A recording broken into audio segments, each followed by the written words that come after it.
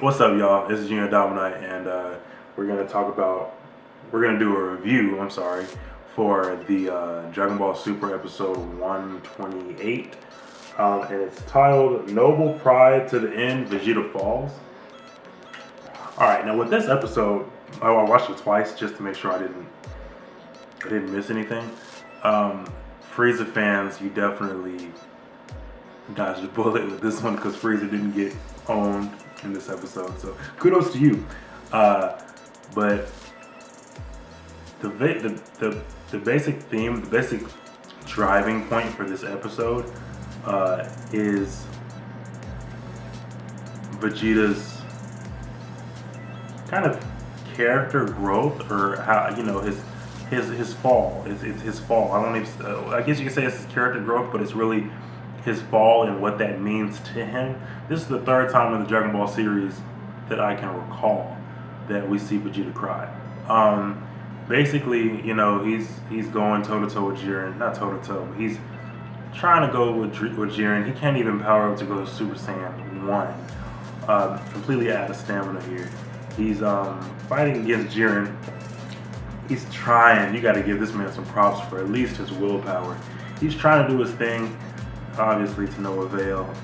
He almost gets knocked out, and he's hanging by his boot. Belmod or Vermood, however you want to say his name, Universe 11, I'm sorry, God of Destruction, asked the Grand Priest, like, is this basically dropping out? He says no, because he's on a part he's on a part of the fighting stage, so it's not getting out. Vegeta regains consciousness because he's hearing Bulma in his mind telling him, hey, get up, get up, because he's knocked out at this point. I forgot to mention, and it's emotional for me, at least, watching this, because this is Hiromi Suru's voice. So we're listening to this and just like, why?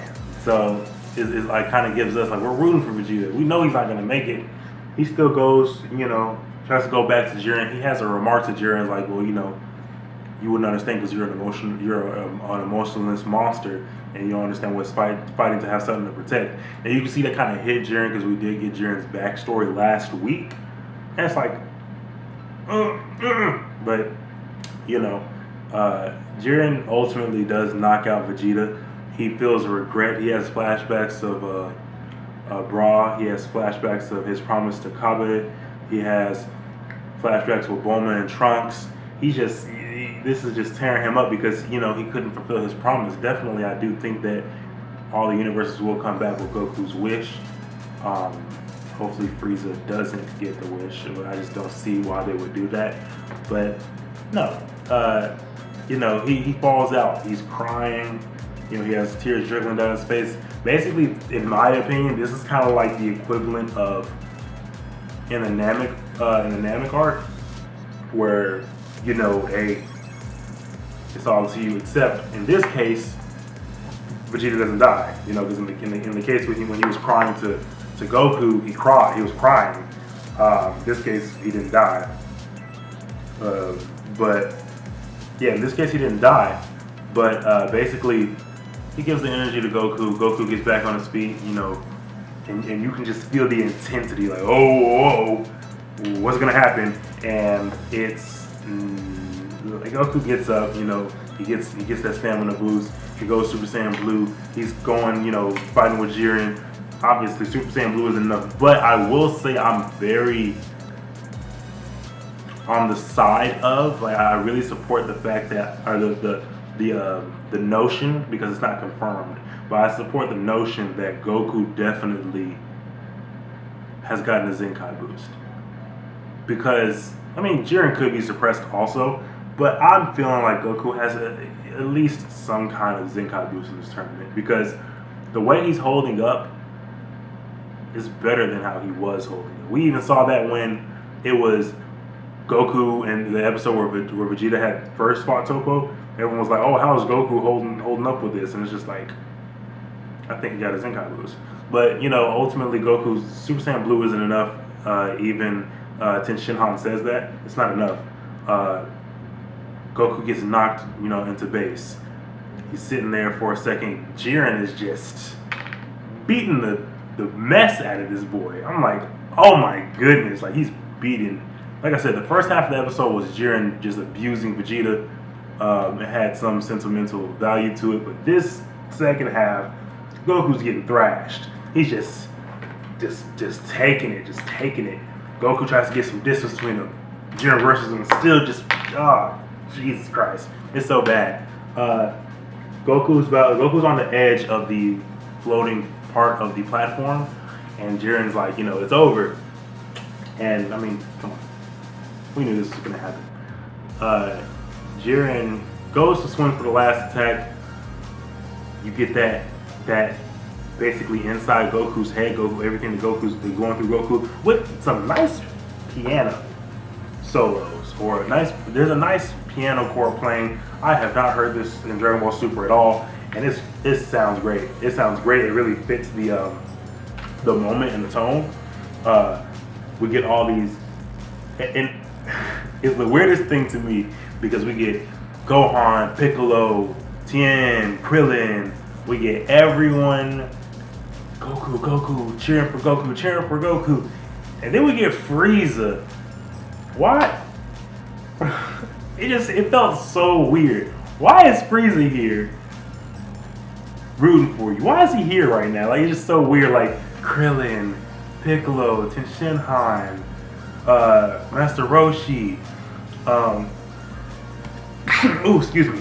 We get everybody, and then it's like, Son Goku-san, and your picture doesn't even look nice. Like, it's not like you're smiling, like one of your fake smiles when your hand slipped and hit Goku. It's none of that. It's just, you still look menacing. Like, how is this helping me?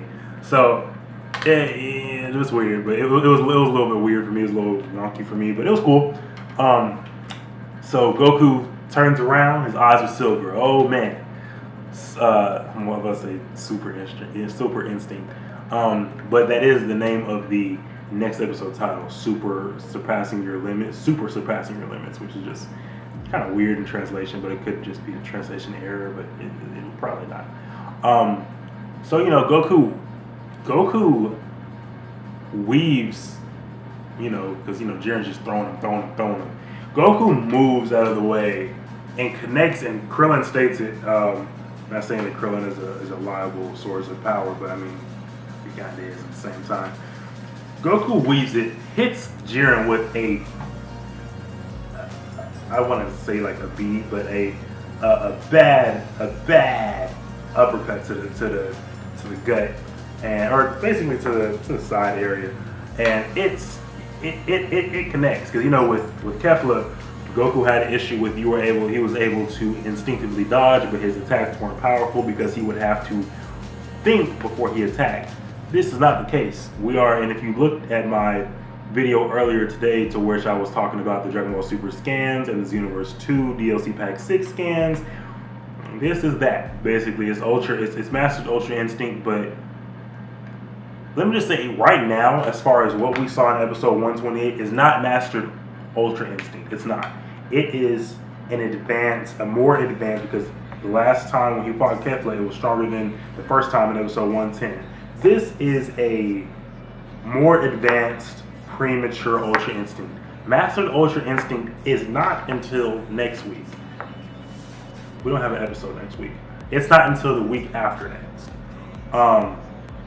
So Mastered Ultra Instinct is not what we saw in the end of episode 128. Don't get that misconstrued because, he attacked. It's not a big deal, but no, it's still not. It's still not Mastered Ultra Instinct. Mastered Ultra Instinct, from the information we have, is the white-haired form, which is the white-haired form. That's so weird to say now. And we're done with Super, and you give us a new form right when we're done. Why would y'all do this? We're at 129. There's only 2 more episodes, and you like, here's a new form. Be grateful. But it's cool, I guess. I'm definitely looking forward to playing this on Xenoverse 2. I'm definitely looking forward to playing this on Xenoverse 2. But yeah, episode ends basically like who's gonna win. We have 2 minutes left in the tournament. Probably 1 minute per episode.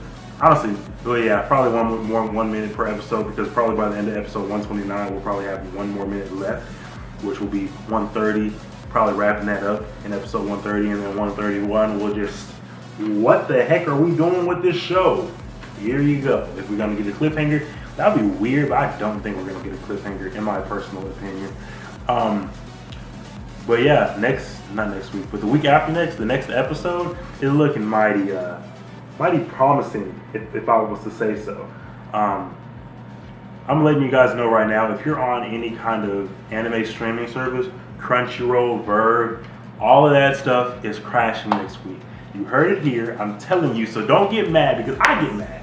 So don't get mad when you go on there and you're like, I want to watch Dragon Ball Super, and they're like, we wasn't prepared for that. What do you mean? We're not prepared for that. But Goku got a new form, we're not prepared for that. Sorry, man. Better go on Molari's page. Hopefully he got it up quick. You better go on one of these Facebook things and hope they can spit it out because I'm promising you. I am promising you. Next week, your streaming services are going to be down because this is just like with the Vegeta versus Jiren fight, just like episode 110, just like the Kefla and Goku fight. It's gonna go down. I don't know if it went down during the Goku versus Kefla fight, but I'm pretty sure it's gonna go down. So you heard it here. Just try to see if you could find a way. If you watch it on, on Fuji TV with like making it live through your laptop, and if you do it that way, more power to you. But if you're watching it on a streaming service, I'm sorry, man. Don't worry, I'm gonna be right there with you because I don't even watch it live on Japanese television anymore. I just wait for it to come subbed, so I, and I got most of the time I have other things I need to do, but it's gonna go down. And also, how do you guys like me seeing me in these reviews? The real reason why I'm doing it where you can see me is because I'm handsome. Yeah. And I'm too lazy to like put like a picture and just cut this down. And I just gonna see my face and we're gonna keep it pushing. But if you like this review, go ahead and like, share, and subscribe. Don't forget to ring that bell so you get my notifications whenever I drop a video. And I'll catch you guys next time. Yeah.